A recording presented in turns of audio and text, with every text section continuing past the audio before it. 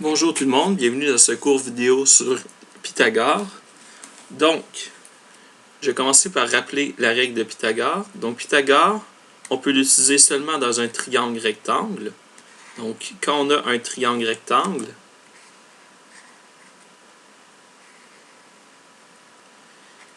on va avoir trois côtés. On va avoir le petit côté A, le deuxième petit côté B et l'hypoténuse C. Donc, A et B, ce sont des cathètes.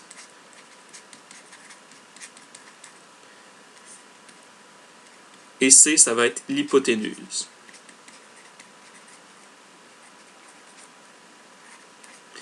Pythagore, ça nous dit que si on a un triangle rectangle,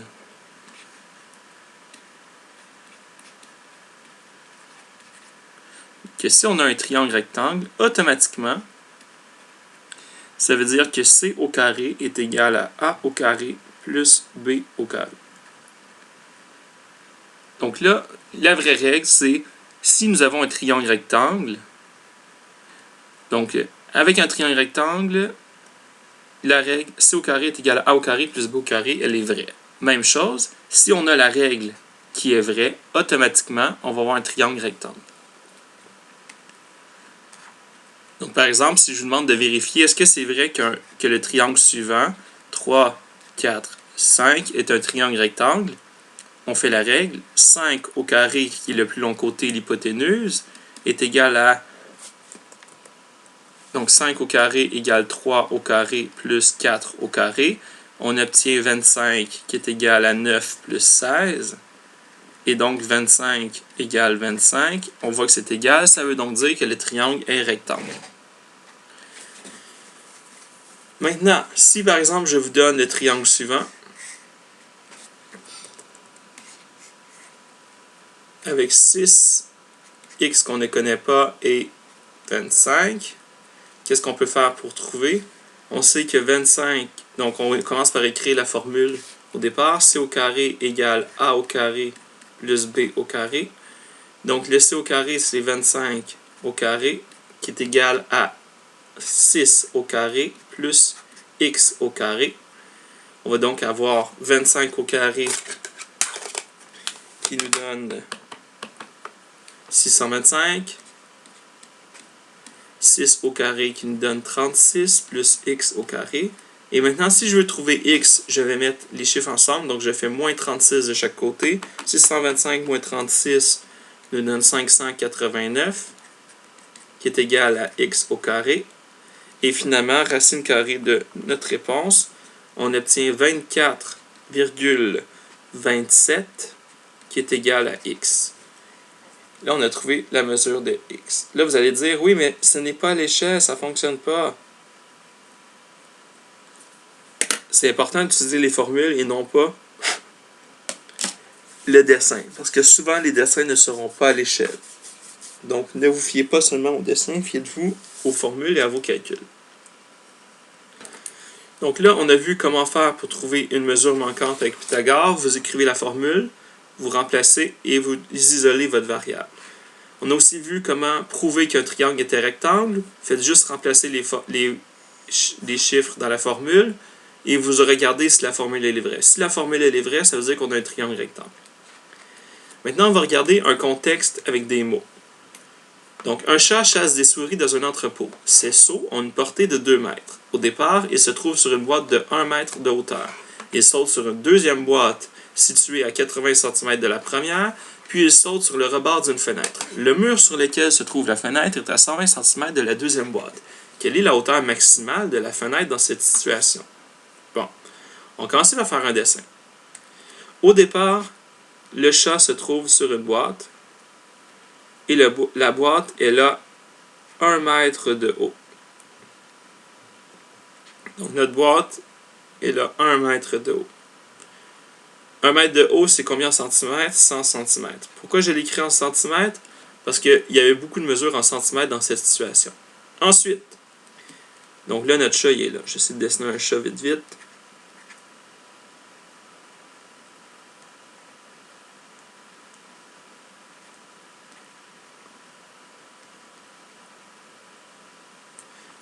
on a notre chat ici. Il saute sur une deuxième fenêtre, une deuxième boîte. Et la boîte, elle est située à 80 cm de la première. Donc la distance entre les deux, 80 cm. La hauteur de la deuxième boîte, est-ce qu'on la connaît? Non. Ensuite, il y a un mur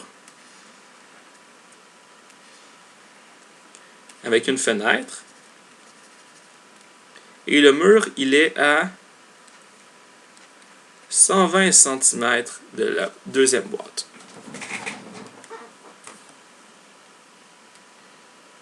Là, ici, j'ai oublié une mesure. Je l'ai rajouté tout de suite, désolé.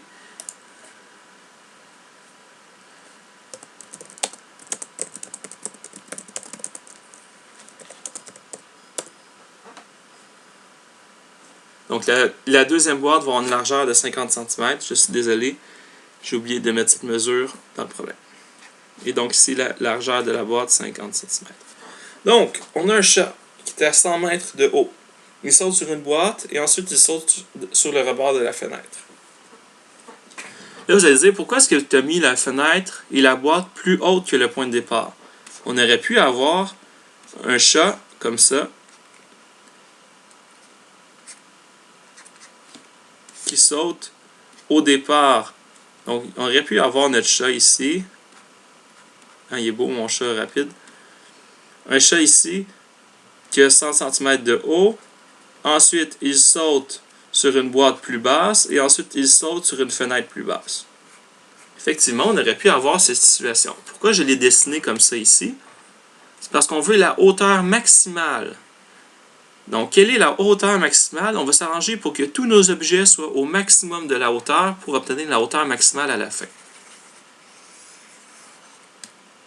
Bon. Donc ici, quelle est la hauteur maximale de la boîte ici? Pour ensuite avoir la hauteur maximale de la fenêtre. Si on a 80 cm de distance ici, ça veut dire qu'on a 80 cm de distance aussi. On sait que le chat peut faire des sauts d'une portée de 2 mètres. Il peut faire des sauts de 2 mètres maximum. S'il fait un saut de 2 mètres, c'est 200 cm. S'il fait un saut de 200 cm et qu'ici il y a une distance de 80, est-ce que c'est possible de trouver cette distance-là ici? Tout à fait. Donc, comment est-ce qu'on la trouve avec Pythagore? Donc, c au carré égale a au carré plus b au carré. Si vous regardez ce que j'ai tracé ici, j'ai tracé moi-même un triangle rectangle pour trouver la réponse à cette solution. Donc, ça se peut que dans un problème, vous n'ayez pas des triangles rectangles déjà tracés pour vous et que vous deviez vous-même les tracer. Donc, 200 cm, c'est égal à 80. Donc, 200 au carré égale 80 au carré plus b au carré. Ça va nous donner 40 000.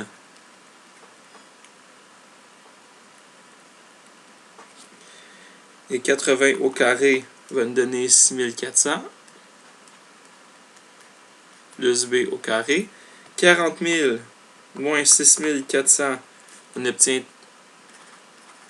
33 600 égale b au carré. Et finalement, la racine carrée nous donne 183,30 cm qui est égal à b.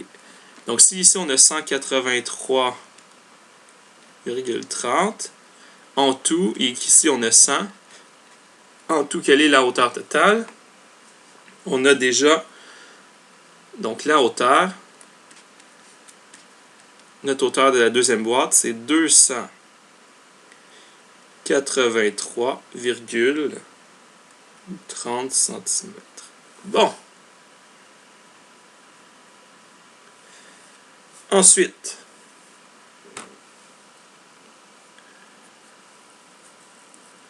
on va dessiner un autre triangle. Ici, on a 120 cm. On sait que le chat peut faire un bond de 200 cm. Donc, quelle est la hauteur maximale du rebord de la fenêtre? Donc, on voit bien que dans le dessin ici, le rebord de la fenêtre n'est pas obligé d'être là, il peut être plus haut. Quelle est la hauteur maximale du rebord de la fenêtre de plus que la hauteur qu'on a déjà? On va faire un autre triangle rectangle. C au carré égale A au carré plus B au carré. Ici, C au carré, c'est 200 au carré, qui est égal à 120 au carré plus B au carré. Donc 200 au carré, 40 000, moins 120 au carré.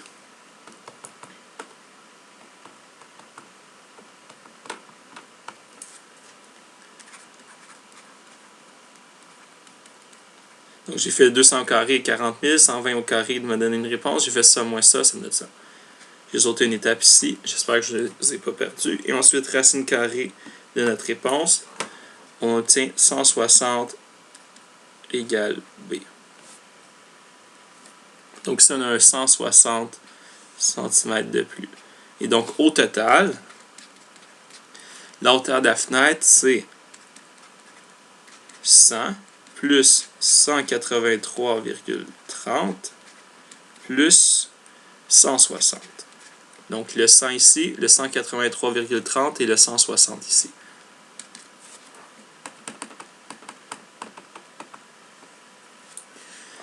Ça donne 443,30 cm. Donc, la hauteur totale maximale de la fenêtre dans cette situation, c'est 443,30 cm. Donc, ce qu'on voit ici, c'est que ça peut arriver dans un problème réel que les triangles rectangles ne soient pas déjà tracés. Vous devez vous-même les tracer pour pouvoir calculer la solution. Et finalement, on a vu pourquoi j'avais oublié de mettre la largeur de 50. Ici, est-ce qu'on a eu besoin d'utiliser la largeur de 50 dans nos calculs? Pas du tout. Donc, la largeur de la boîte était inutile dans cette situation. Donc, ce n'est pas parce qu'un chiffre est dans le problème qu'automatiquement, il faut l'utiliser. N'oubliez surtout pas ce sage conseil. Ce n'est pas parce qu'un chiffre est dans une situation qu'automatiquement, il faut l'utiliser. Parfois, il y a des données superflues et inutiles. Donc, j'espère que vous avez apprécié cette vidéo. Bonne journée, bonne étude, bonne chance. Vous êtes bon, vous êtes capable. À la prochaine.